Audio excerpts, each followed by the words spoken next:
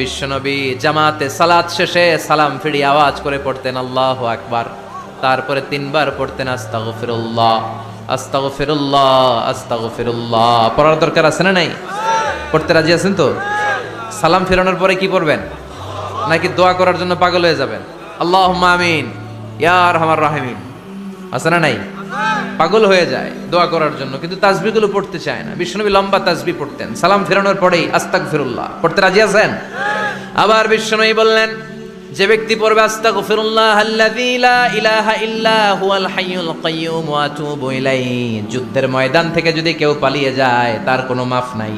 এটা অনেক বড় কবিরা গুনাহ। আত-তাওয়াল্লি মিন ইয়াউমিজ যাহফ, যুদ্ধের ময়দান থেকে পালালে ওর কোনো মাফ নাই।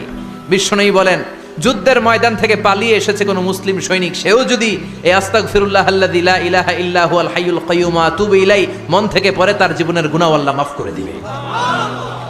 আবার সাইয়েদনা আবু বকর, সহিহ বুখারীর বর্ণনা, বিশ্বনবীরে বললেন, ইয়া রাসূলুল্লাহ আল্লিমনি দুআআন আদউ বিহি ফি সালাতি, ও নবী আপনি আমারে এমন একটা দোয়া শিক্ষা দেন যেই দোয়াটা আমি নামাজের মধ্যে করব।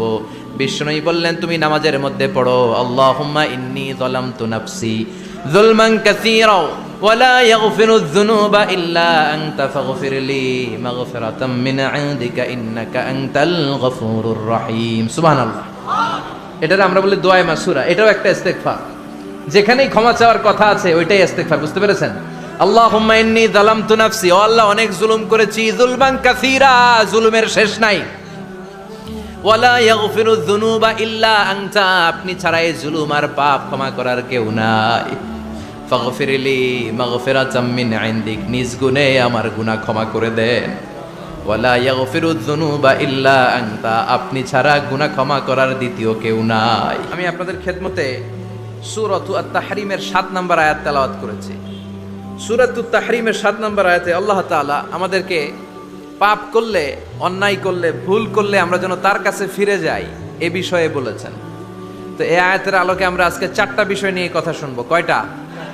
আমরা তাওবা নিয়ে কথা শুনবো, আমরা ইস্তেগফার নিয়ে কথা শুনবো, আমরা আয-যিকির নিয়ে কথা শুনবো, আর সবশেষে আমরা দোয়া নিয়ে কথা শুনবো ইনশাআল্লাহ। পড়েন। রব্বুল আলামিন বলেন, ইয়া আইয়ুহাল্লাযীনা আমানু তুবু ইলাল্লাহি তাওবাতান নাসুহা, ও আমার গোলাম, ও আমার বিশ্বাসী বান্দারা, তোমরা তওবার মতন তওবা করো। তওবার মতো তওবা করলে জীবনের সব গুনাহ মাফ করে দিতে পারে কে? আপনি তওবার মতো তওবা করলে আল্লাহ আপনার সব গুনাহ মাফ করে দিবে। আপনি চোখের পানি ছেড়ে যদি ক্ষমা চান, আপনার সব গুনাহ মাফ করে দিবে কে? অনুশোচনার চোখের পানি চোখ বেয়ে, নাকের ডগা বেয়ে জমিনে পড়ার আগেই আল্লাহ ওই বান্দাকে ক্ষমা করে দেয়। আমাদের পাপ আছে না নাই? পাপ ছাড়া এমন কোন লোক এখানে আছি? বিশ্বনবী বলেছেন, কুল্লুকুম খাত্তাউন, তোমরা সবাই পাপী, সবাই।